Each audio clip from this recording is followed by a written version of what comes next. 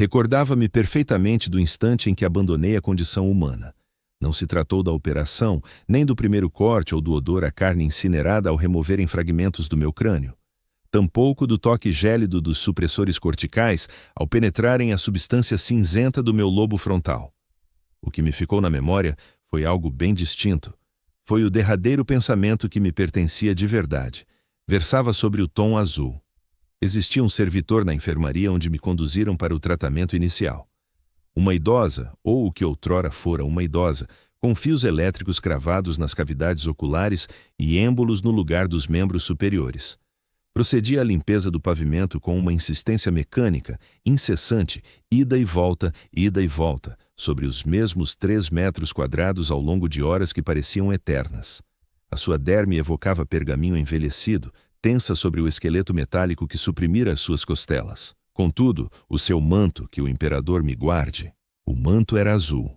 Não o azul intenso da noite dos ultramarines, nem o azul vibrante de um arco elétrico de plasma, mas o azul tênue e apagado de um firmamento estival em algum planeta perdido. Aquele azul que desperta saudades de lar, de juventude, de épocas em que o cosmos aparentava ser imenso e repleto de mistérios, e não um ciclo infinito de dor e labor árduo. Contemplei esse pano azul enquanto os Techadeptes ajustavam os seus aparatos. Refleti sobre a sua formosura, sobre o quão insólito era que um elemento tão banal, tão puro, perdurasse num ambiente assim. Como evocava o vestido predileto da minha irmã, aquele que ela envergava nas cerimônias religiosas do dia do trono, fazendo-a parecer adornada com retalhos do céu. Esse representou o meu derradeiro raciocínio genuinamente humano. A apreensão da beleza em si, desprovida de qualquer função prática ou objetivo, antes dos frios algoritmos que depressa suplantariam toda a minha essência.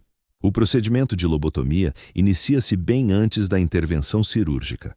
Transmitiram-me isso nos curtos intervalos de clareza mental, entre as amarras farmacológicas e os bloqueadores sinápticos. Um técnico de voz rouca como ferro enferrujado elucidou-o com a impassibilidade analítica de quem relata um fenômeno atmosférico. A psique necessita de preparação prévia, afirmou. De ser maleável, submissa. Inicia-se pelo confinamento, privação dos sentidos em recintos que eliminam quanto nos define como seres humanos. Nada de claridade, nada de ruído, nada de contato salvo o aço glacial do cinto de contenção. A noção temporal desvanece, segundos alongam-se em minutos, minutos em horas, horas em anos. O pulsar do teu coração ressoa como um trovão. A respiração assemelha-se a rajadas ciclônicas. O fluxo sanguíneo nos teus tímpanos transforma-se numa orquestra de pavor. Segue-se o adestramento. Murmúrios subconscientes em preces góticas elevadas ao omnícia, emitidas em tons limiares à percepção.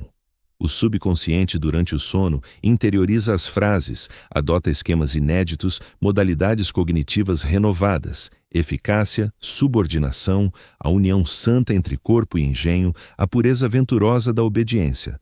Fornecem-te sustenance mínima para a sobrevivência, mas insuficiente para raciocínio nítido. Papa agridoce com supressores sinápticos, líquido que evoca ferro e corrente elétrica. O organismo esquece o significado da saciedade, do bem-estar, de ser mais que um recipiente pronto para receber uma missão. Resisti com afinco. Inicialmente, todos resistimos. O psiquismo humano revela-se surpreendentemente tenaz, apto a preservar a identidade pessoal perante as adversidades mais severas. Clinguei-me a recordações como a joias raras, examinando-as mentalmente nas prolongadas noites tenebrosas. O meu nome, o planeta de origem, a expressão da minha progenitora em pranto ao ser eu arrastado pelos órbites pelo delito de contestar as cotas de cereais impostas por um governador regional. Marcos. Eu chamava-me Marcus Vex, oriundo do Hive World Terce Prime, subsector última, segmentum solar, Hablock 7.7, nível 85, compartimento 4 SNITWO 471. Laborava nas unidades de refinação alimentar em jornadas de 12 horas, 6 dias semanais, ao longo de 40 anos de devoção leal ao trono. Tivera uma consorte, antes que a doença a consumisse, sem descendentes pela misericórdia do imperador, apesar dos esforços ao longo de anos. Esses pormenores ergueram-se como o meu refúgio, o meu salvação no turbilhão da erosão psíquica. Recitava-os como um mantra, uma invocação, um esforço veemente para reter o que fora antes de me redefinirem. Porém, a recordação é volúvel, e os sacerdotes mecânicos atuam com escrupulosidade. Diariamente surgiam novos compostos, novas intervenções, novas profanações da inviolabilidade mental. Delinearam as minhas vias nervosas com sondas que se assemelhavam a formões gelados cravados no miolo cerebral. Inventariaram os meus terrores, aspirações, afetos, rotulando-os para supressão ou alteração. Descobri que não estava isolado. Os módulos de adestramento abrigavam dezenas como eu, varões e mulheres oriundos de diversos quadrantes do setor, todos incursos na mesma falta primordial. Fracassáramos em devotar-nos ao império com fervor adequado. Interrogáramos, demoráramos, exibíramos piedade onde a ferocidade se impunha, ou autonomia onde a docilidade era imperativa. A senhora, no módulo adjacente ao meu, fora preceptora num planeta revoltado. Recusara-se a incorporar certas aptextos aprovados no seu currículo, relatos que explicavam o método correto para acusar os vizinhos de crimes de pensamento. O homem do apartamento em frente fora supervisor de fábrica, que ousara criticar as condições laborais que matavam 3 operários por dia. Outro era um escriba que, por mero acidente, arquivara um relatório que contrariava as cifras oficiais de baixas numa campanha recente. Delitos menores, falhas humanas, o tipo de lapsos morais que nos rotulavam como inadequados para o serviço comum ao imperador, mas não graves o suficiente para merecer uma execução direta.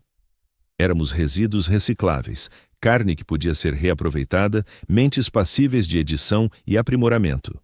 O adepto técnico, com a voz rouca e mecânica, visitava-nos um a um, delineando os nossos destinos com a mesma exatidão automática que empregaria para detalhar o plano de manutenção de um transportador de carga. Tornar-nos-íamos servitores, afirmou ele. Serviríamos o Omnissaia e o Imperador com lealdade absoluta, eficiência impecável, vazio completo. Os nossos corpos seriam alterados conforme necessário. Implantes neurais, membros artificiais, substituições de órgãos, o que quer que o cargo demandasse.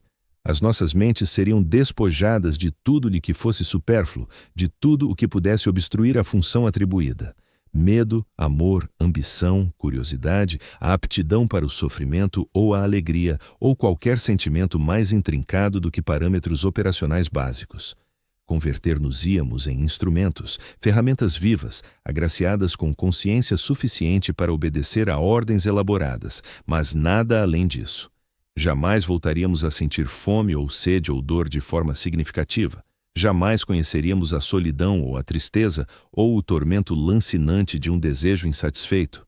Estaríamos isentos do peso da escolha, da angústia da dúvida ética, do fardo terrível da responsabilidade pessoal.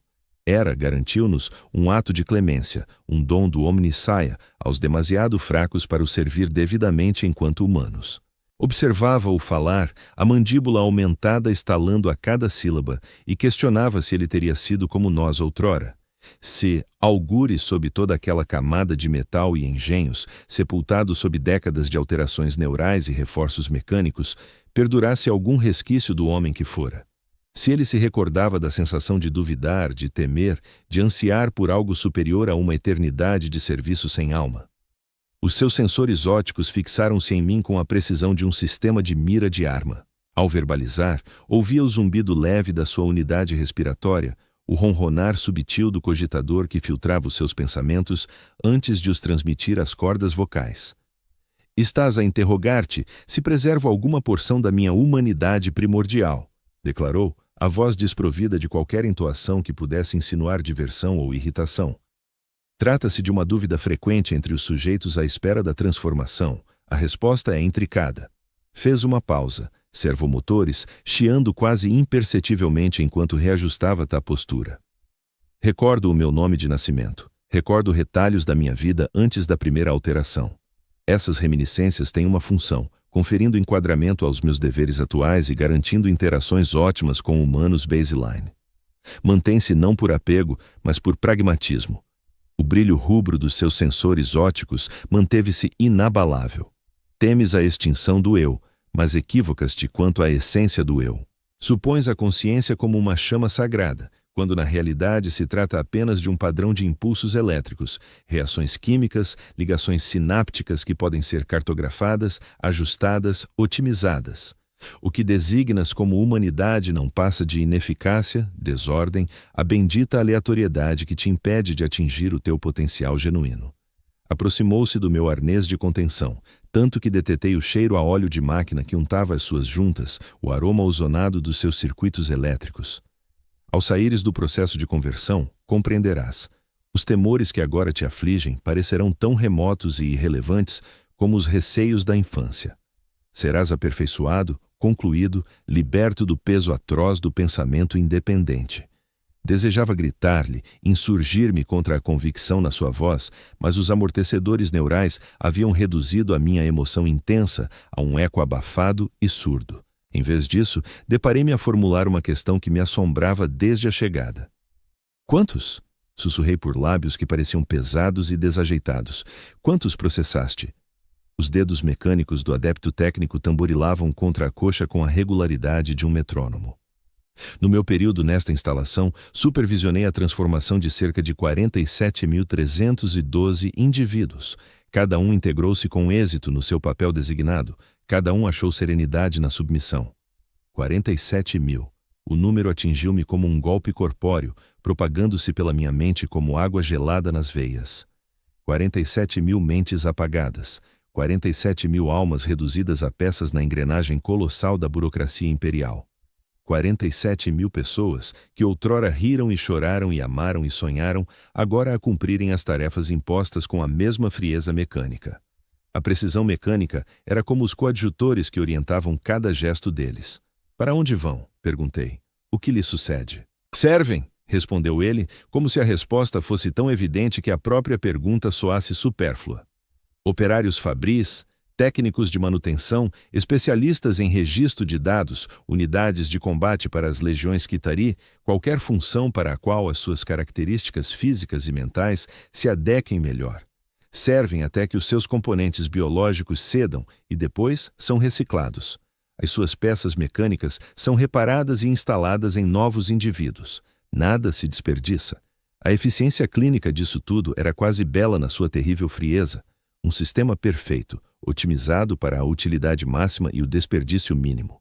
Seres humanos reduzidos aos seus elementos constituintes, a sua carne e metal divididos e redistribuídos conforme as exigências do império. Mesmo na morte continuaríamos a servir. Fechei os olhos e tentei visualizar isso. Esforcei-me por me imaginar daqui a 50 anos, de pé numa fábrica ou num armazém ou num centro de processamento de dados, a executar a mesma tarefa simples repetidamente, sem memória de quem eu fora, sem noção do que perdera. Um fantasma num invólucro de metal e carne, animado por uma consciência mínima para obedecer ordens, mas insuficiente para padecer. Sonharia eu? Algum resquício de Marcus Vex perduraria nos recantos profundos da minha mente, preso atrás de barreiras de inibidores neurais e bloqueios corticais, gritando em silêncio para um vazio infinito? Ou a transformação seria total, absoluta, uma morte tão completa que nada restaria exceto as funções biológicas essenciais para manter o corpo em funcionamento? Pensei no servo com a túnica azul, ainda a limpar aqueles mesmos 3 metros quadrados com uma paciência inesgotável. Recordava ela a vida que a trouxera até aqui? Despertava a cada manhã com um vago reconhecimento de que outrora fora mais do que uma unidade de limpeza? Ou estava ela verdadeiramente vazia, abençoada pela simplicidade perfeita que a tecnologia prometia? Os dias fundiam-se num nevoeiro de fármacos e condicionamento. O meu corpo enfraquecia com a fome controlada, os músculos atrofiando-se enquanto os amortecedores neurais inibiam as minhas funções motoras. Sentia-me a mudar, os pensamentos a tornarem-se lentos e desconexos, as emoções a diluírem-se num ruído cinzento que tornava tudo remoto e irrelevante. De vez em quando, traziam-nos novos indivíduos, homens e mulheres que gritavam, lutavam e imploravam tal como nós nos primeiros dias. Observava-os com um interesse distante de quem vê insetos e apercebi-me com um frio punhal de pavor de que já perdia fragmentos de mim mesmo. A capacidade de empatia, de ligação com outros humanos, estava a ser apagada sistematicamente. Tentei aferrar-me à raiva, ao medo, ao amor desesperado pela vida e pela liberdade, mas eles escapavam como água entre os dedos. Os químicos cumpriam o seu labor com implacável eficácia, reestruturando a química cerebral, suprimindo as vias neurais que geravam pensamento independente e resposta emocional. Numa noite, deitado na escuridão, ao ouvir o choro suave de uma recém-chegada, dei conta de que já não recordava o rosto da minha esposa. Sabia que fora casado. Mantinha o conhecimento factual da existência e morte dela, mas o conteúdo afetivo fora arrancado. Era apenas informação agora, uma sequência de factos num ficheiro que poderia pertencer a qualquer um. O luto que devia acompanhar essa percepção nunca surgiu. Registrei a perda com o mesmo interesse leve que sentiria ao extraviar uma caneta ou esquecer a designação de algum mundo menor. Era inquietante num sentido abstrato, mas não doía. Nada doía já. Isto, compreendi, era o que o adepto técnico quisera dizer ao falar de encontrar paz na servidão. A dor da existência estava a ser removida de forma metódica, deixando apenas a calma satisfação da função e do propósito. Tornava-me numa entidade capaz de trabalhar sem padecer, de servir sem interrogar, de existir sem o peso terrível da esperança ou do medo ou do amor. A própria cirurgia foi quase decepcionante após meses de preparação psicológica. Levaram-me de maca para uma sala de operações que cheirava a incenso e óleo de máquina, onde sacerdotes tecnovestidos se moviam com a coordenação precisa de um ritual sagrado. Querubins esvoaçavam no alto, as asas mecânicas batendo ao ritmo dos hinos gravados em louvor ao Omnissaia. Senti a picada fria da injetora de anestésico. Vi os azulejos do teto borrarem-se e dançarem enquanto as drogas surtiam efeito. Ao longe, ouvia o zumbido de ceras ósseas e o canto suave do canone da bênção modificadora. O meu último pensamento lúcido foi um fragmento de oração que aprendera na infância, palavras que pareciam vir da boca de outrem. O imperador protege, mas não protegia. Não disto, não do desmantelamento lento e meticuloso de tudo o que me tornara humano. Despertei num mundo de arestas e ângulos onde cada superfície aparentava brilhar com uma exatidão algébrica e cada ruído ecoava com o peso de uma certeza inabalável. A dor havia desaparecido. Não apenas o desconforto físico das amarras e das substâncias químicas, mas a angústia mais profunda que eu arrastava desde que me recordava. A dor de ser humano, de persistir num estado de dúvida perpétua e intricada complexidade ética. A minha primeira percepção foi de totalidade, não de alegria, nada tão grosseiro ou descontrolado, mas uma sensação profunda de adequação, de existir em harmonia perfeita com a função para que fora destinado. Eu era uma ferramenta, e as ferramentas não padecem. Elas meramente cumprem o seu fim com a eficiência imaculada que as caracteriza. A minha visão fora aprimorada, complementada por ecrãs táticos e sobreposições de dados que forneciam informação contínua sobre o meio envolvente, leituras de temperatura, análises estruturais das superfícies próximas, a posição e o estado de outros servos na minha zona de operação. O mundo tornara-se mensurável, reduzido a fluxos de dados que o meu cérebro alterado processava sem esforço deliberado. Encontrava-me numa oficina de algum tipo, vasta e mal iluminada, repleta do zumbido incessante de máquinas e do canto suave dos tecno-sacerdotes nas suas devoções. Correias transportadoras moviam fluxos intermináveis de componentes ao longo de estações de trabalho, onde servos como eu executavam tarefas de montagem com precisão sobre-humana. O ar tinha o sabor de metal e ozono e dos óleos sagrados que abençoavam cada aparelho. O meu corpo alterara-se, mais pesado, mais robusto. Olhei para mim mesmo e reparei que os braços haviam sido substituídos por apêndices mecânicos, manipuladores multiarticulados equipados com um conjunto de ferramentas especializadas. Maçaricos de soldadura, instrumentos de corte, garras de precisão, montadores moleculares, tudo o que era necessário para desempenhar o meu papel designado como unidade de fabrico. As alterações iam além das modificações visíveis. O meu sistema nervoso fora reconfigurado, otimizado para as tarefas específicas que executaria.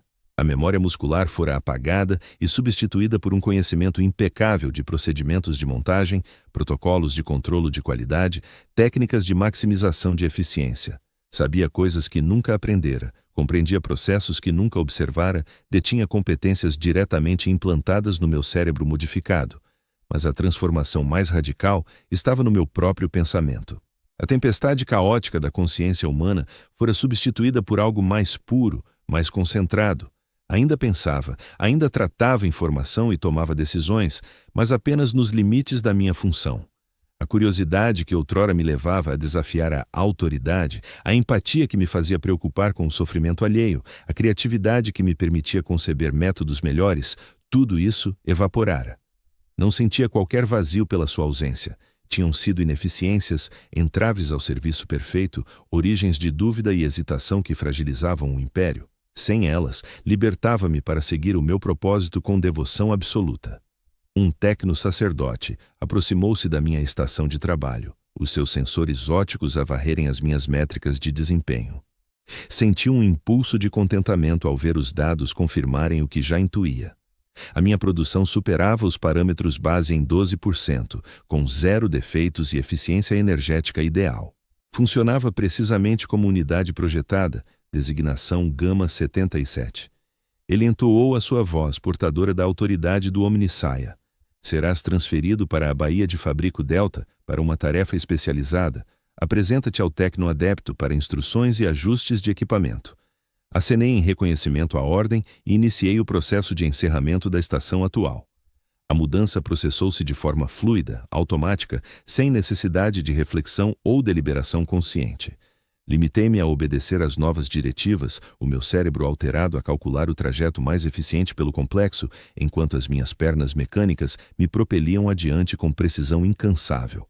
Os corredores enchiam-se de servos iguais a mim, cada um avançando com a mesma eficiência determinada para as suas missões atribuídas.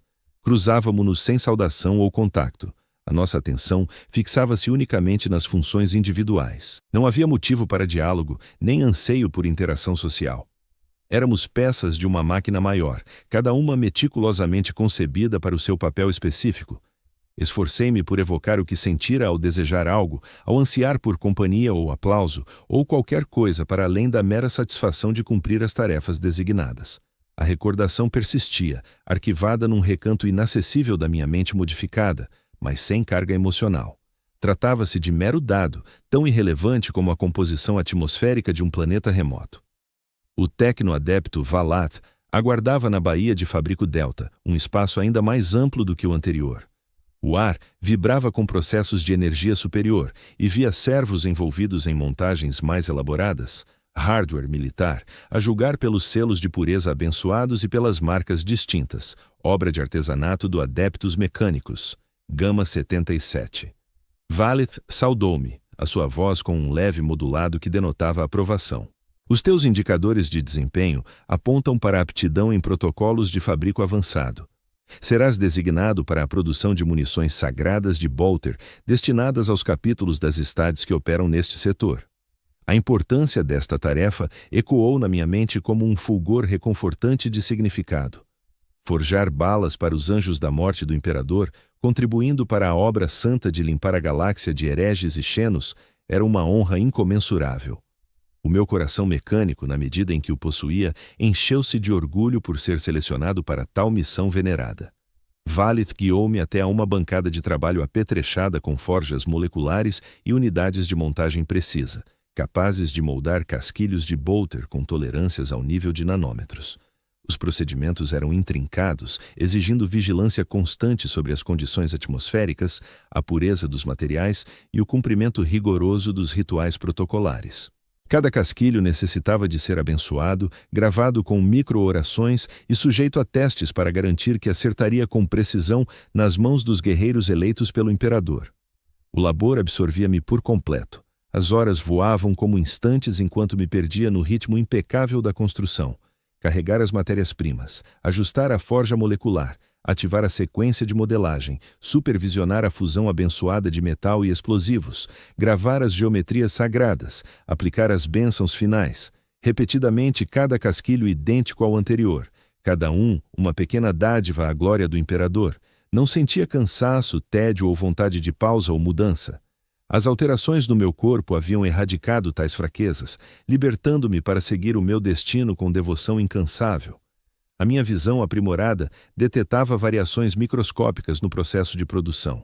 As minhas mãos mecânicas efetuavam correções com uma exatidão impossível para um humano comum. O meu cérebro alterado computava métricas de qualidade à velocidade e precisão de um cogitador. Era exatamente o que o adepto técnico prometera. Libertação do caos da condição humana, a simplicidade abençoada do serviço perfeito. Eu vivia num estado de meditação permanente. A minha consciência concentrava-se como um laser na obra sagrada da fabricação de armas. Não havia dúvidas, incertezas ou consciência dolorosa das minhas limitações ou da imensidão da galáxia para além destas paredes. Mas por vezes, nos curtos intervalos entre tarefas, algo mais se agitava nas profundezas da minha mente modificada. Um pedaço de sensação, um espectro de recordação, um sussurro do homem que outrora fui. Era subtil, quase imperceptível mesmo para minha percepção elevada, como uma estrela solitária avistada através das nuvens de um céu poluído, a cor azul. Surgia-me às vezes na luz abençoada das lâmpadas de trabalho, um tom tênue que evocava algo que já não conseguia apreender totalmente. Desencadeava cascatas de atividade neural em áreas do meu cérebro que deviam estar inativas, produzindo padrões de pensamento sem utilidade prática. A sensação era fugaz, durando apenas milissegundos antes de os inibidores comportamentais a reprimirem. Mas nesses instantes diminutos, experimentava algo que poderia ser descrito como saudade. Pelo que? Não o sabia, pois a memória ali estava demasiado danificada, editada de forma tão profunda que não fornecia qualquer dado útil. Contudo, o sentimento perdurava. Uma pequena falha no relógio mecânico perfeito da minha consciência alterada, um lembrete de que, em algum lugar sob todo o metal e programação, um resquício de Marcus Vex persistia.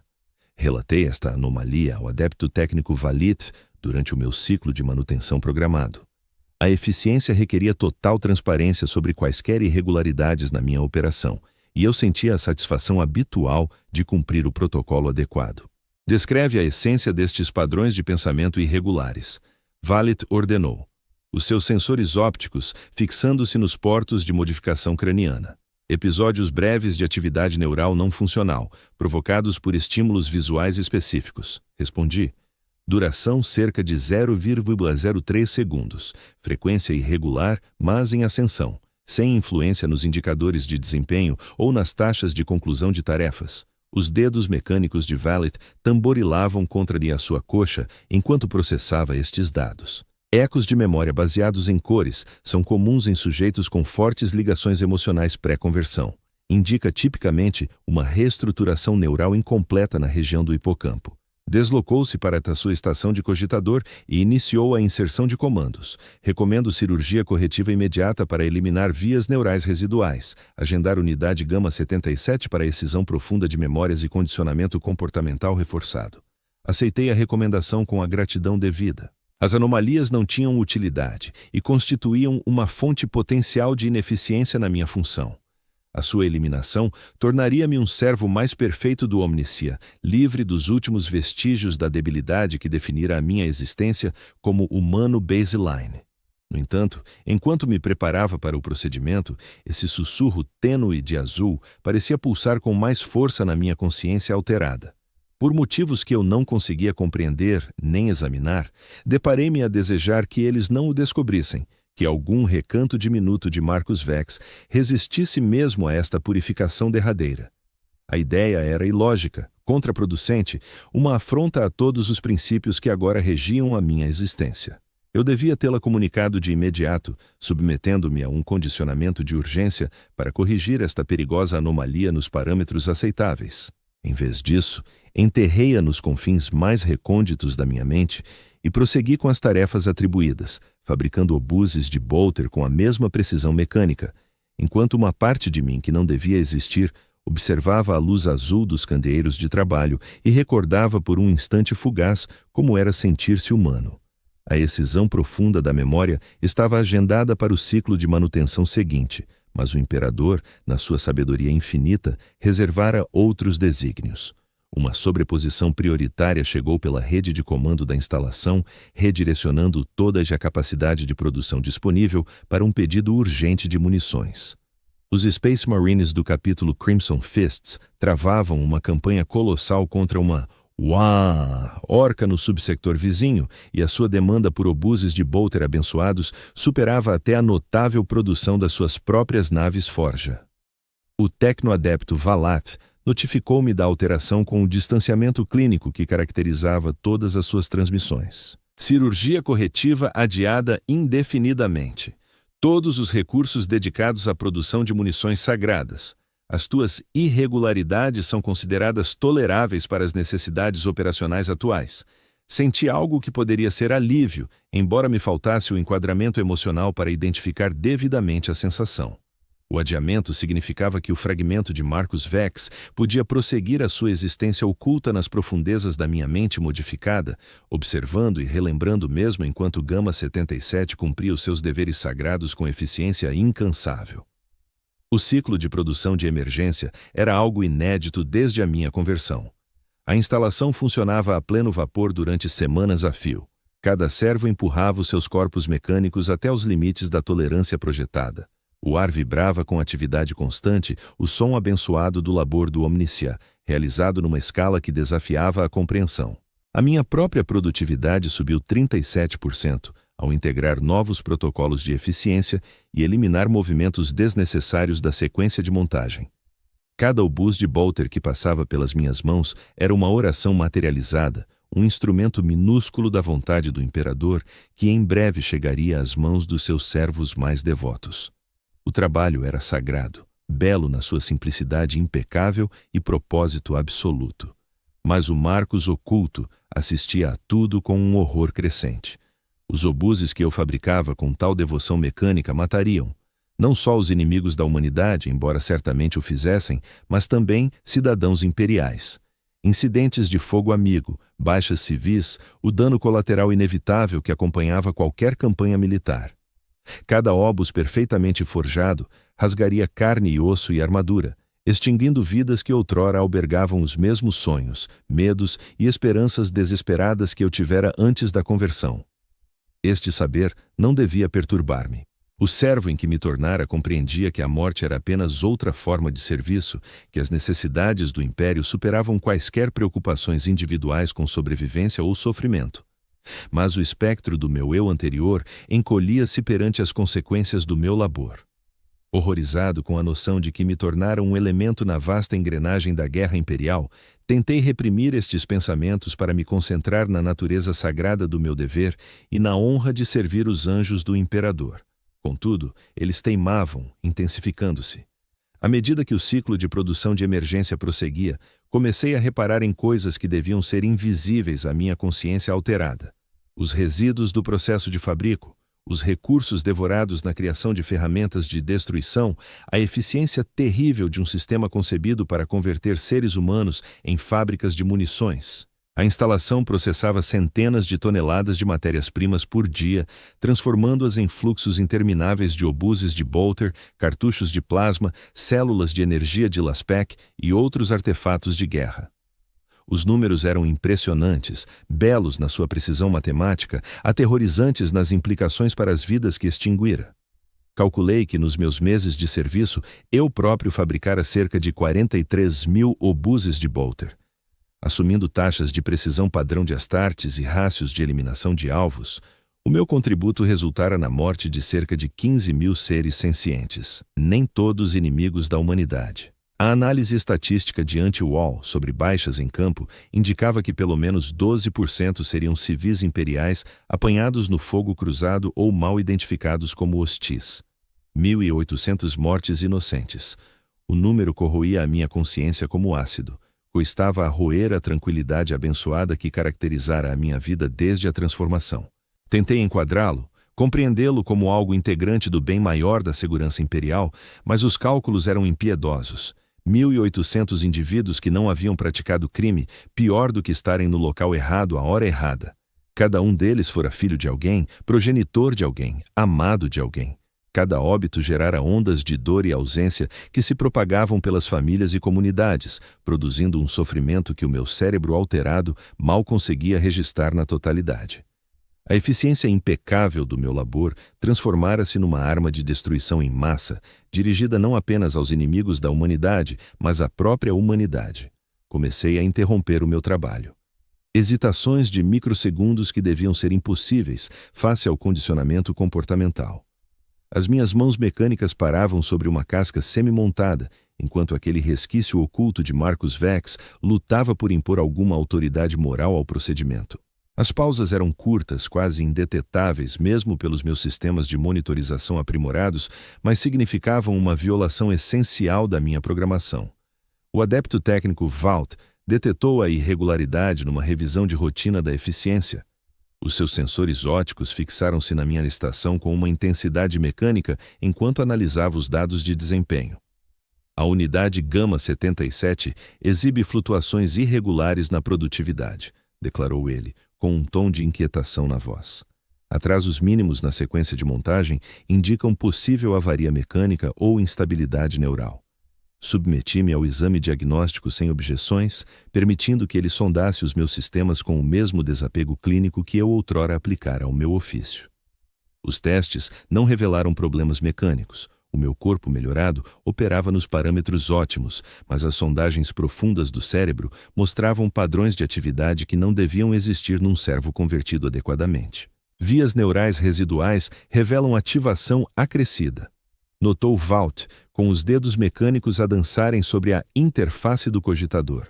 A correlação com as anomalias de produtividade sugere interferência psicológica na função principal.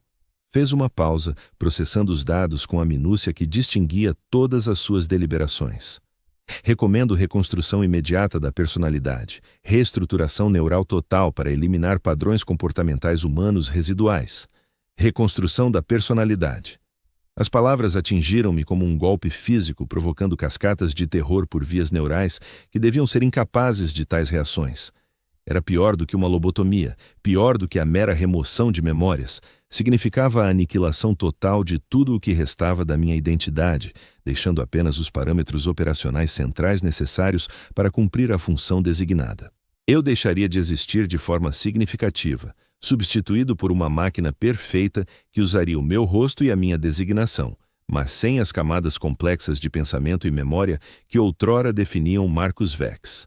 Até o fantasma que observava e recordava seria erradicado, restando apenas a casca vazia da Gama 77. Solicito autorização para concluir o ciclo de produção atual antes da reconstrução. Ouvi-me a dizer, as palavras a emergirem de algum lugar profundo na minha consciência modificada. A interrupção da sequência de fabrico em curso provocaria desperdício de materiais e redução de eficiência. Os sensores ópticos de Valt concentraram-se em mim com intensidade renovada. O pedido era lógico, perfeitamente alinhado com a prioridade dada à produção de munições, mas representava um grau de iniciativa que devia ser impossível num servo. Eu tomara uma decisão, expressara uma preferência, demonstrara o tipo de pensamento independente que o processo de conversão visava eliminar. Aceitável, respondeu ele após um longo instante. A reconstrução está agendada para o fim da requisição de emergência. Prossiga com as tarefas atuais sob protocolos de monitorização intensificada. Acatei a ordem e regressei ao trabalho. Mas algo essencial alterara-se. O ato de tomar uma decisão, por mais pequena que fosse, despertara algo nas profundezas da minha mente modificada. O fantasma de Marcus Vex agitou-se, esticando músculos que esquecera possuir, testando os limites da jaula mental que o continha desde a conversão. A monitorização intensificada implicava que cada aspecto da minha função estava agora sob vigilância constante. Microcâmaras seguiam os meus movimentos, sondas neurais acompanhavam os padrões de pensamento, sensores de eficiência mediam todos os elementos do meu desempenho. Eu era um espécime em análise, uma máquina defeituosa à espera de reparação. Mas os observadores, por mais meticulosos que fossem, não conseguiam perscrutar os recônditos mais profundos da minha consciência. Monitorizavam o servo que executava as tarefas com precisão mecânica, mas não detetavam a alma humana que observava, recordava e começava devagar a traçar planos. Pela primeira vez desde a conversão, comecei a refletir sobre o futuro. Não a incessante repetição de tarefas impostas que moldara a minha existência, mas a perspectiva de algo além disso. A reconstrução de personalidade haveria de me aniquilar por completo, deixando apenas uma casca vazia que funcionaria com eficiência impecável até que os seus componentes biológicos acabassem por ceder. A menos que eu encontrasse meios de o impedir. A ideia era uma loucura, um atentado a todos os princípios que regiam o meu ser como servo. Contudo, ardia na minha mente como uma estrela impossível de ignorar ou reprimir. Eu ia morrer de qualquer modo. A reconstrução encarregar-se-ia disso. A única dúvida residia em se eu entraria em silêncio nessa escuridão digital ou lutaria para salvaguardar um pedaço do homem que outrora fora. Comecei a examinar a instalação à minha volta com um olhar renovado, escrutinando os protocolos de segurança e os padrões de vigilância, traçando os trajetos dos tecnossacerdotes e as posições dos sistemas vitais. Era arriscado, pois exigia que operassem 2 planos ao mesmo tempo: o servo obediente a cumprir as suas obrigações sem pestanejar e o humano oculto a traçar algo que só poderia denominar-se rebelião. A ironia não me escapava. As próprias alterações que me haviam despojado da humanidade conceder-me-iam agora aptidões bem superiores às que Marcus Vex alguma vez tivera. A minha visão aprimorada detetava pontos cegos de segurança invisíveis aos humanos comuns. Os meus membros mecânicos manipulavam com precisão ao nível de nanômetros. O meu cérebro modificado processava dados táticos com a eficiência de um computador. Fora transformado no infiltrador perfeito, no sabotador ideal, uma arma concebida para servir o império que agora podia ser virada contra ele. Os tecnossacerdotes haviam gerado precisamente o que pretendiam evitar: um servo apto a pensar e agir de forma autônoma, impulsionado pelas emoções humanas que tanto se esforçaram por erradicar. O ciclo de produção de emergência prosseguia, com cada dia a aproximar-me da reconstrução agendada. Eu fabricava as munições para o meu bolter com a mesma precisão maquinal, mas agora cada uma parecia um temporizador de contagem decrescente, a assinalar os instantes até a minha morte final. O Marcus escondido laborava febrilmente para elaborar um plano, a dissecar as defesas da instalação e a procurar qualquer via de fuga ao destino que me aguardava. Foi na 3ª semana do ciclo de emergência que a reparei. Outra servo designada Beta 41, incumbida dos testes de controlo de qualidade das munições concluídas. Deslocava-se nas suas tarefas com a mesma eficiência mecânica que distinguia todos os da nossa espécie. No entanto, havia algo distinto nos seus gestos, uma variação subtil nos padrões comportamentais que me chamou a atenção. Os seus olhos. Eram as mesmas órbitas mecânicas mortas que fitavam de todos os rostos de servo, substituições augmentadas que cumpriam a sua função com perfeição absoluta. Mas, por vezes, quando julgava estar sozinha, elas fixavam-se em coisas sem utilidade operacional.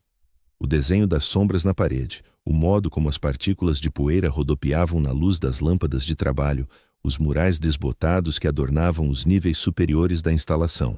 Ela observava, contemplava, recordava. Comecei a observá-la com mais detalhe, recorrendo às capacidades avançadas de monitorização dos meus próprios sistemas visuais para seguir os seus movimentos e examinar o seu comportamento.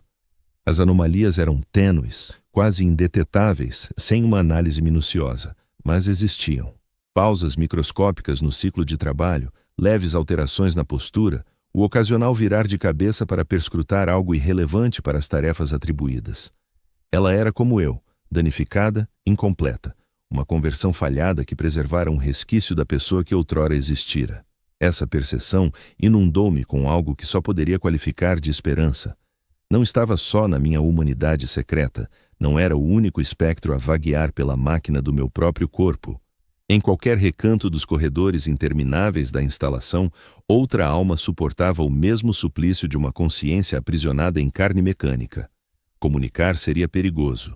Os protocolos de monitorização reforçados significavam que cada interação era registrada e analisada em busca de indícios de conduta desviada, mas tinha de arriscar. A reconstrução iminente tornava cada instante precioso, cada chance de ligar-me a outro ser pensante, um presente que talvez nunca mais se repetisse. Comecei a situar-me perto da sua estação de trabalho durante as transições de turno, gerando breves instantes de proximidade que pareciam casuais, mas eram meticulosamente planeados.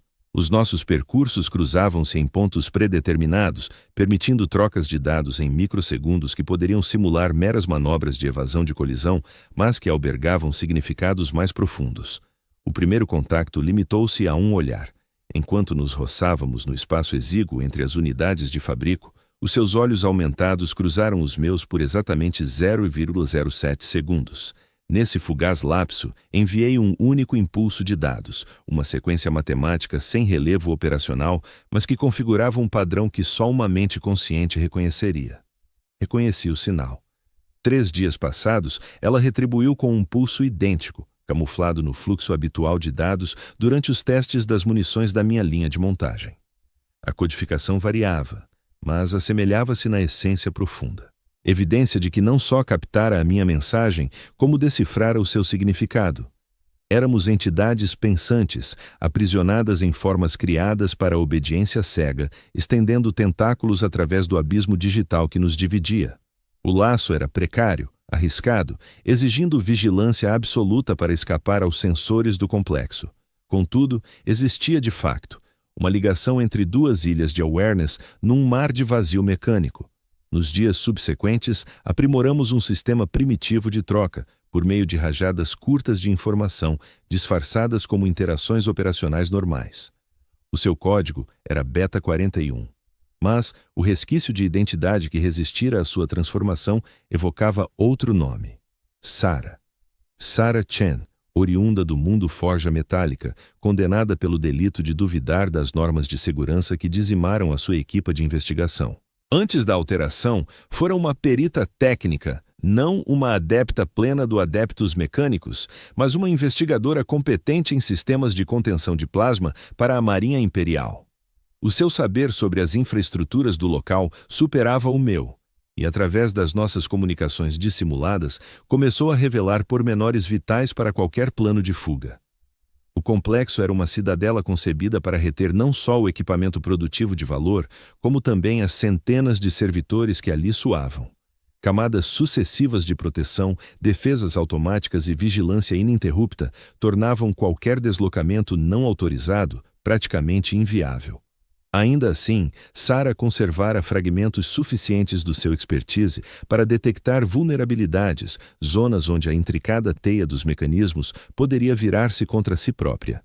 As redes de ventilação, por exemplo, demandavam intervenções periódicas por servidores especializados, munidos de fatos ambientais. Os horários de manutenção eram previsíveis, regidos por algoritmos que valorizavam a rentabilidade acima da fortificação. Caso penetrássemos nessas vias num intervalo programado, poderíamos circular pelo edifício sem levantar suspeitas.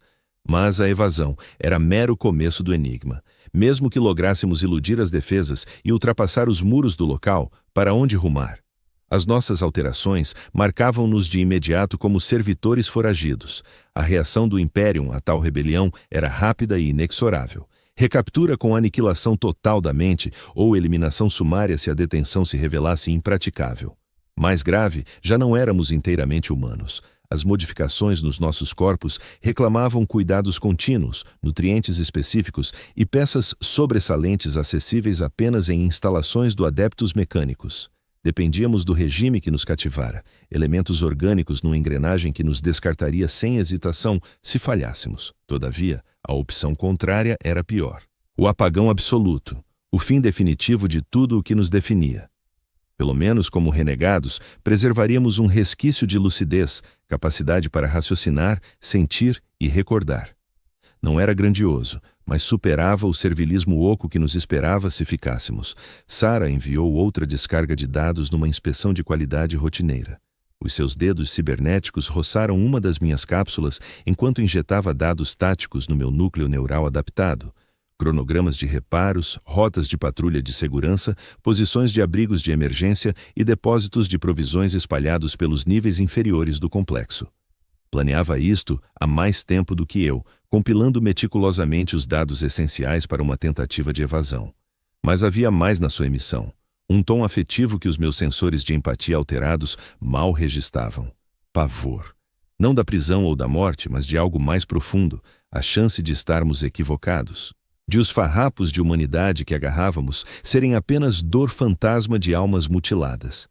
E se os tecno-sacerdotes tivessem razão? E se a consciência fosse mero ruído ineficaz de atividade neural e a submissão um acto de compaixão? E se nos apeguássemos a uma miragem de identidade que só gerava tormento? Refleti nestas incertezas enquanto prosseguia a tarefa, mãos robóticas a compor munições sagradas, ao passo que a minha psique oculta lidava com interrogações sem respostas simples.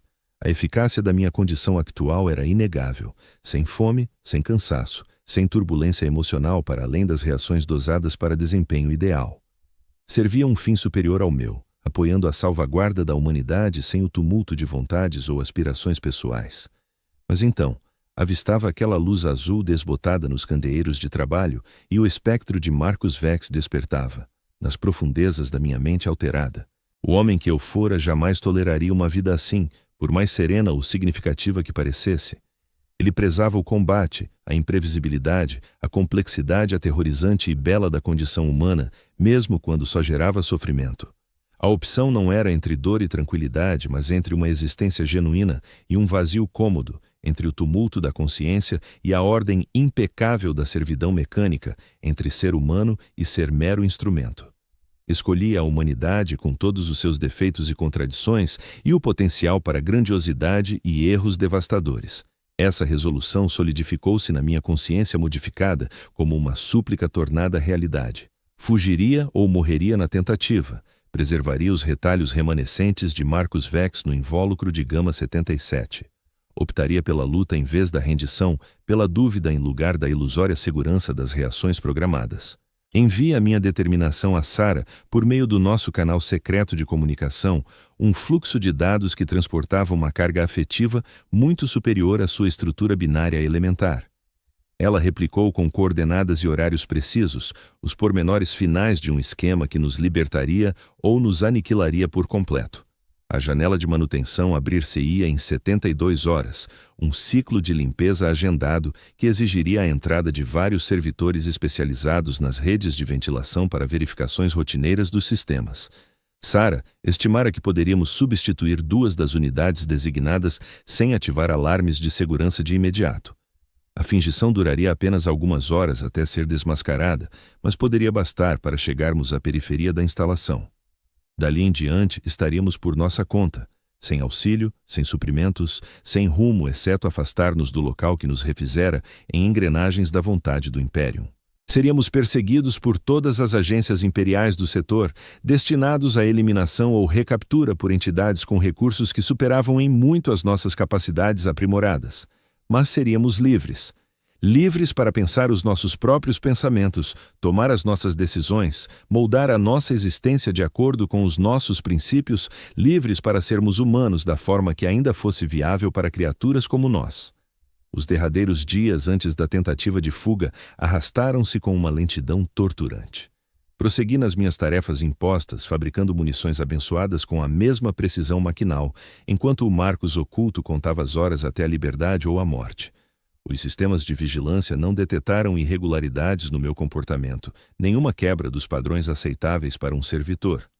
Para qualquer observação externa, eu continuava a encarnar o modelo ideal de conversão bem-sucedida. Mas no interior, vivia algo que só se poderia descrever como uma ressurreição. Os pedaços da minha personalidade originária começavam a unir-se, ganhando força uns dos outros à medida que se preparavam para o esforço colossal que nos aguardava. Recordações emergiam das camadas profundas da minha consciência alterada. Não eram os frios registros clínicos que haviam suplantado as minhas reações emocionais, mas memórias autênticas, impregnadas de emoção e sentido. Lembrei-me do riso da minha esposa, o som que ela emitia quando estava verdadeiramente alegre e não só divertidamente entretida. Lembrei-me do sabor de comida verdadeira, não da pasta nutritiva que mantinha a minha forma atual, mas do deleite simples de pão fresco e água pura. Lembrei-me da sensação de decidir com base em gostos pessoais e não em eficiência ótima, de agir por amor, raiva ou esperança, em vez de respostas codificadas. Recordar doía, um lembrete incessante de tudo o que perdera, mas também libertava.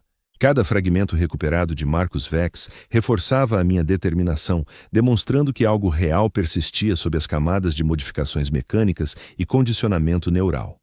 Eu era mais do que o total da minha programação, mais do que um instrumento com ilusões de senciência. Na última noite antes da nossa fuga, permiti-me um derradeiro relance pela instalação de fabrico que fora o meu universo durante tantos meses. As fileiras infindáveis de postos de trabalho, as máquinas abençoadas que convertem matérias-primas em armas de guerra, os outros servidores a deslocarem-se nas suas rotinas com eficiência imaculada. Era um testemunho da capacidade do Imperium para impor ordem ao caos, para submeter até a consciência humana aos seus propósitos. Mas era também uma prisão, um sítio onde as almas iam expirar ao serviço de uma máquina que antepunha a utilidade ao sentimento, a eficácia à empatia, a rigidez ao caos esplêndido da existência verdadeira. Amanhã, Sarah e eu ou escaparíamos deste lugar ou juntar-nos-íamos aos milhares de conversões falhadas, descartadas quando os seus componentes biológicos paravam de funcionar. Descobri que não tinha medo. As emoções pareciam ter se consumido nos longos meses de planeamento e preparação, substituídas por uma certeza serena que ia além da esperança e do desespero. O que quer que sucedesse, eu enfrentá-lo-ia como meu eu, não como a casca vazia que os outros esperavam que eu fosse. Techept Val completou as suas rondas finais pela instalação, os seus sensores óticos a examinar cada posto de trabalho com precisão mecânica. Ao chegar à minha posição, deteve-se um pouco mais do que o habitual, os sensores a sondar os meus sistemas em busca de qualquer indício das irregularidades que me destinavam à reconstrução. Unidade Gama 77, entoou ele, a voz carregada com a autoridade plana do Omnicia. Avaliação final de desempenho concluída. Reconstrução agendada para 06h0 horas. Apresente-se na base médica 7 para a preparação da matriz de personalidade. Eu confirmei a ordem com a cortesia devida, mas algo na minha reação deve ter chamado a sua atenção. O seu conjunto óptico fixou-se no meu rosto com uma intensidade desconfortável, os dedos mecânicos a tamborilar contra a coxa enquanto processava os dados gerados pelo meu comportamento. Revelas uma estabilidade invulgar para uma unidade à espera de uma modificação maior, notou ele. A maioria dos sujeitos exibe atividade neural acrescida à medida que a reconstrução se aproxima. Respostas de ansiedade, cascatas de eventos de memória, anomalias comportamentais. Tu não mostras nenhum destes padrões. A observação era precisa. A maioria dos servitors perante uma reconstrução de personalidade sofreria algum tipo de trauma pré-procedimento. As suas psiques danificadas a reagir à dissolução iminente com os fragmentos de instinto de sobrevivência que ainda funcionassem. Mas eu sentia apenas serenidade, a paz instalada de alguém que já morrera uma vez e que já não receava o processo. Esta unidade existe para servir o Omnicia, respondi, recorrendo aos protocolos de resposta padrão que regiam todas as interações dos servitors. Preferências pessoais quanto a procedimentos de modificação são irrelevantes para a eficiência operacional. A cabeça mecânica de Valit inclinou-se ligeiramente, um gesto que poderia sugerir curiosidade ou desconfiança. De facto, a mais eficiente. Prossegue os teus deveres atuais até a hora da reconstrução. Ele prosseguiu para o posto seguinte, mas eu senti a sua atenção a demorar-se em mim como um peso. O adepto técnico estava desconfiado.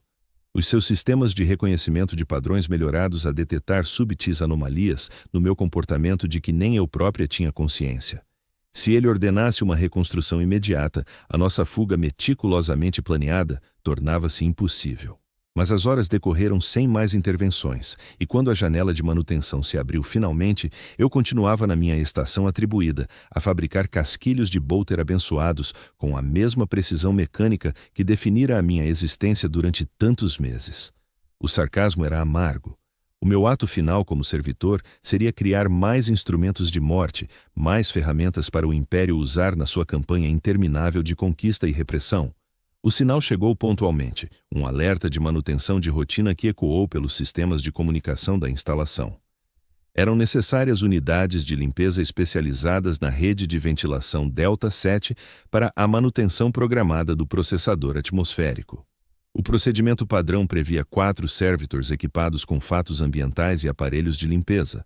Sarah e eu deslocamo-nos em simultâneo, os nossos corpos modificados a reagir ao alerta com a mesma precisão mecânica das unidades de manutenção legítimas que estávamos a substituir.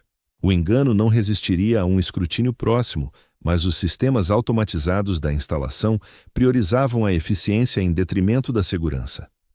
Desde que os nossos códigos de identificação coincidissem com a lista de manutenção, seríamos invisíveis aos protocolos iniciais de verificação. O compartimento de equipamento estava mal iluminado, repleto das ferramentas especializadas e equipamento de proteção essenciais para trabalhos de manutenção atmosférica.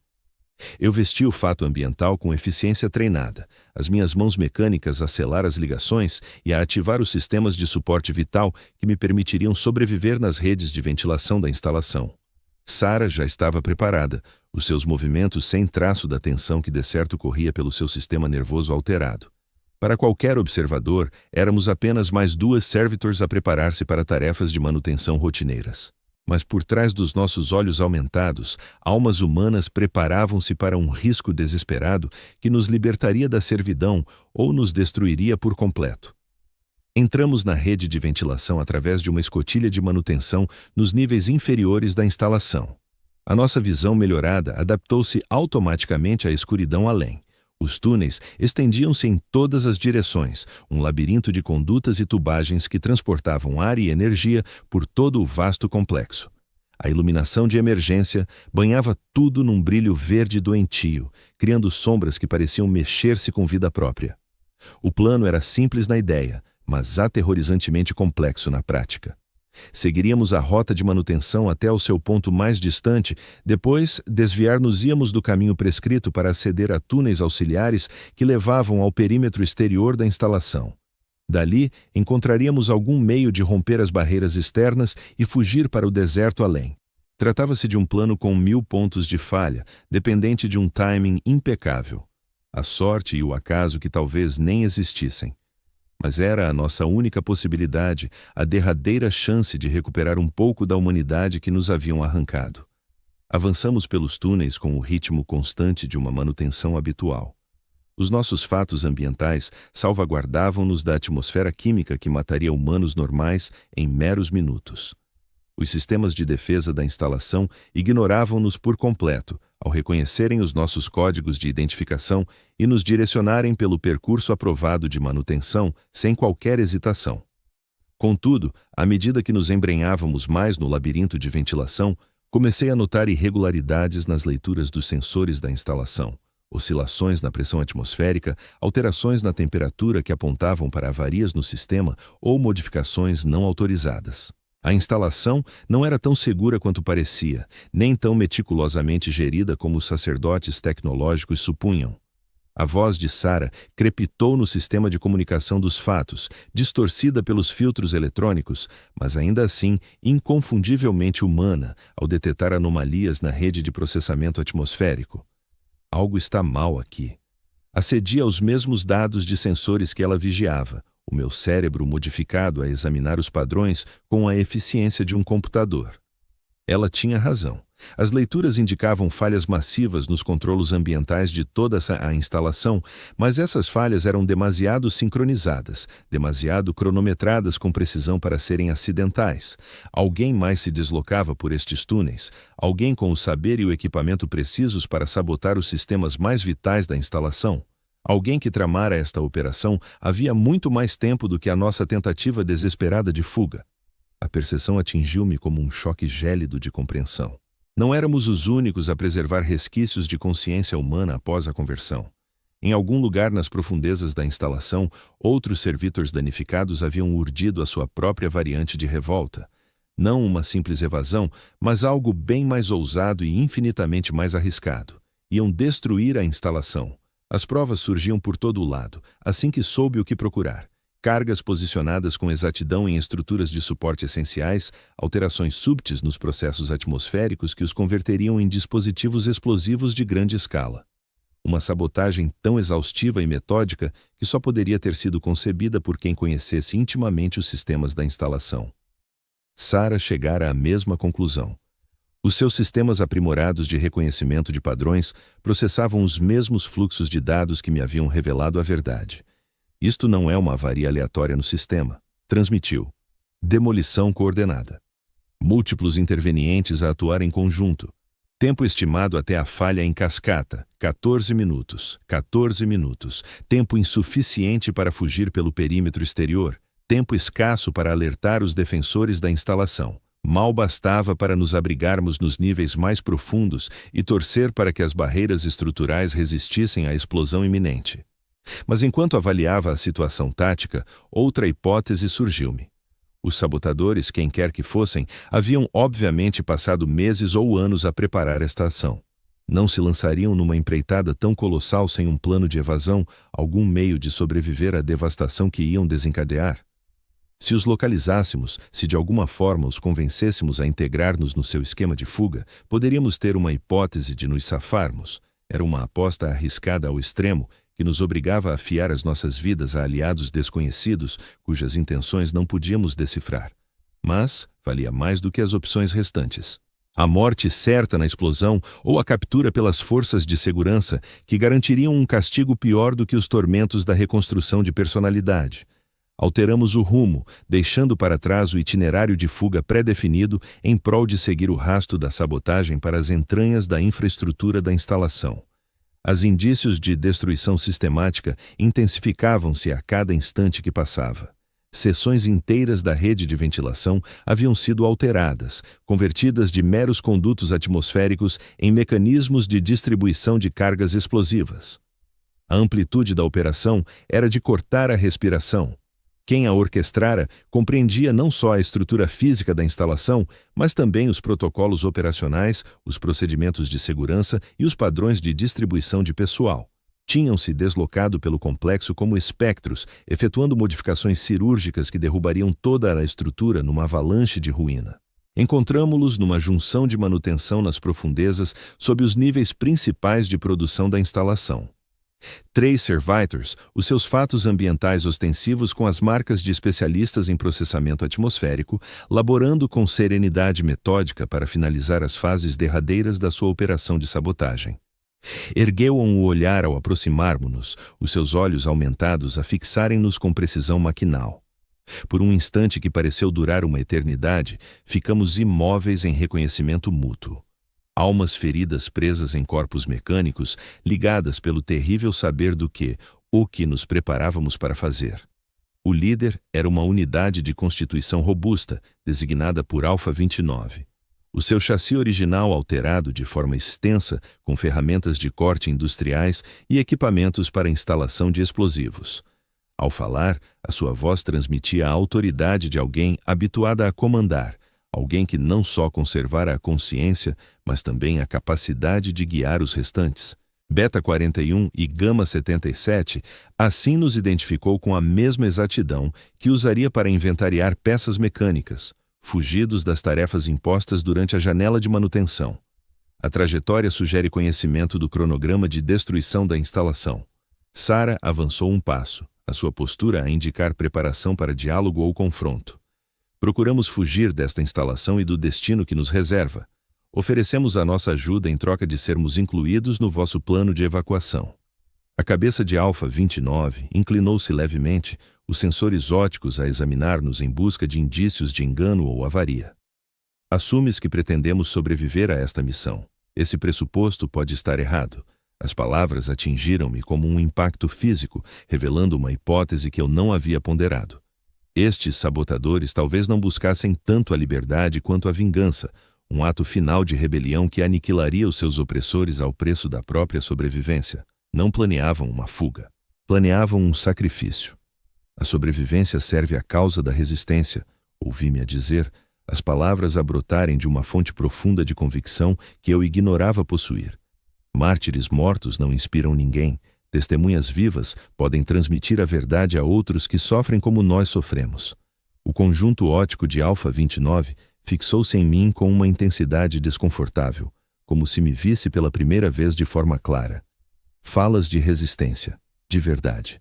São ideias que deviam ter sido removidas durante a vossa conversão. Por que persistem? A questão atingia o cerne de tudo o que eu questionava desde o meu despertar. Por que resquícios de humanidade sobreviviam ao processo de conversão? Por que éramos capazes de pensar, sentir e decidir quando a tecnologia permitia eliminar tais ineficiências por completo?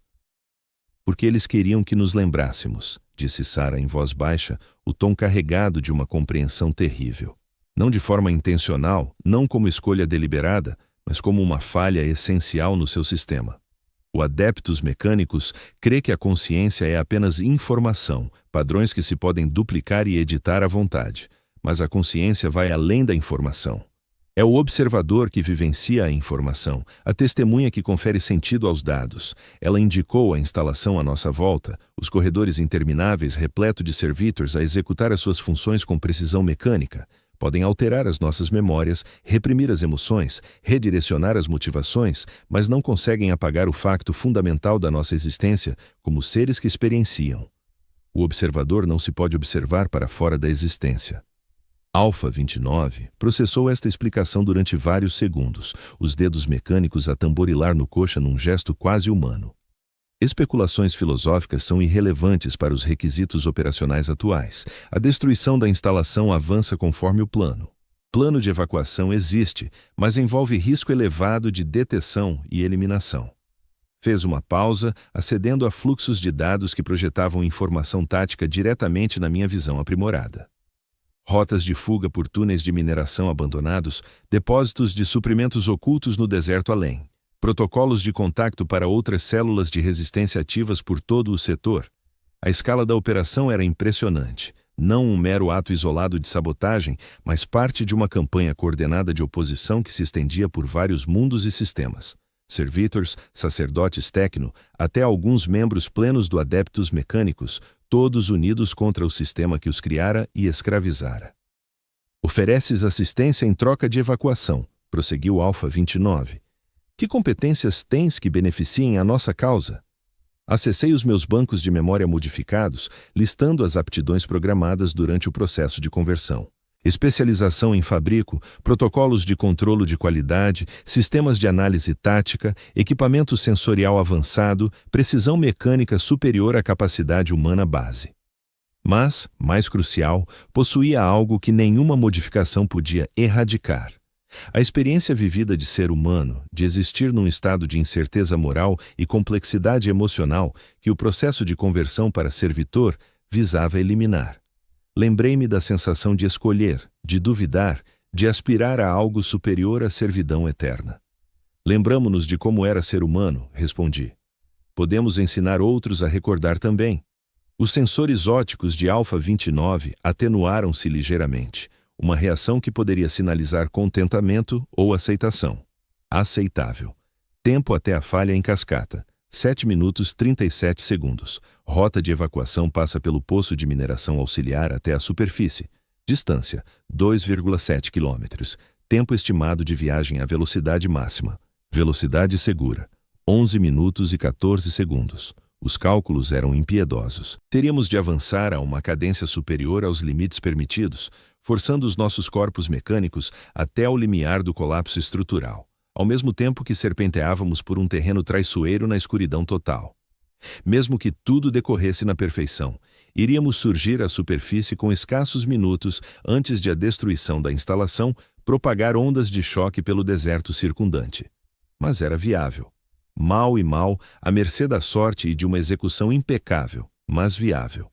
Partimos de imediato, largando a fachada de manutenção em prol da velocidade máxima. O poço de mineração era ancestral, escavado na rocha-mãe por servitors de extração décadas antes da ereção da instalação atual. As paredes eram ásperas, inacabadas, sulcadas por marcas de ferramentas e padrões de explosões que denunciavam a urgência desesperada da sua construção inicial. A nossa visão aprimorada ajustou-se à negritude absoluta, desvendando um túnel que mergulhava em ângulo acentuado através de camadas de rocha sedimentar e resíduos industriais. O piso era perigoso, com detritos soltos que se deslocavam a cada passada, mas as nossas pernas mecânicas garantiam uma estabilidade inconcebível para humanos normais. Alpha 29 abria caminho às suas modificações industriais, permitindo-lhe remover bloqueios e reforçar troços instáveis do túnel. Atrás dela, os outros dois saboteurs progrediam com a coordenação fluida de uma equipa forjada em meses ou anos de treino conjunto. Sarah e eu seguíamos o mais depressa que podíamos, os nossos corpos não otimizados para este tipo de relevo extremo, mas aptos a adaptações que ultrapassavam os confins humanos comuns. O túnel estendia-se indefinidamente, uma descida para as trevas que engolia as luzes de emergência e abafava os ecos dos nossos movimentos. Apanhei-me a contar passadas, a estimar distâncias, a vigiar o cronômetro que indicava o tempo até a falha em cascata. Cada algarismo aproximava-nos da salvação ou do fim, sem termos intermédios entre esses polos. 5 minutos, 4 minutos, 3 minutos. O túnel começava a achatar. Seguindo o que outrora poderia ter sido um sistema de grutas naturais, antes da expansão industrial o transformar em operação mineira, o ar tornava-se mais denso, carregado de poeira e vestígios químicos que sugeriam a proximidade da superfície. Os nossos fatos ambientais filtravam o grosso da poluição, mas ainda sentia o travo metálico dos contaminantes industriais. 2 minutos. A saída do túnel surgiu à frente, uma abertura irregular que deixava entrever a luz pálida do amanhecer a despontar sobre o deserto além. Emergimos num panorama de metal retorcido e cicatrizes químicas, os destroços industriais abandonados por décadas de extração de recursos e fabrico militar. Num minuto corríamos pelo terreno fracturado com eficiência mecânica. Os nossos membros reforçados devoravam a distância a ritmos impossíveis para humanos inalterados. Atrás de nós, a instalação prosseguia as rotinas habituais, ignorante de que, em instantes, a sua existência terminaria de forma súbita e devastadora. A explosão, quando eclodiu, não se assemelhava ao que eu imaginara. Nada de clarão luminoso, nada de bola de fogo dramática a inflacionar para o céu. Em vez disso, o solo simplesmente desabou, dobrando-se sobre si mesmo à medida que os suportes estruturais da instalação cediam em sequência perfeita. O ruído era como trovão, mas abafado, remoto, o ronco de uma máquina colossal a parar enfim. Voltei-me para ver o local do meu renascimento sumir num cratera de metal contorcido e químicos em chamas. Em meio àquela ruína, jaziam os restos de centenas de servitors que nunca despertaram dos seus sonhos mecânicos. Tecno-sacerdotes cuja devoção ao Omnis Iá os cegara para o sofrimento que infligiam, e as linhas de produção que haviam reduzido a consciência humana a mero recurso industrial.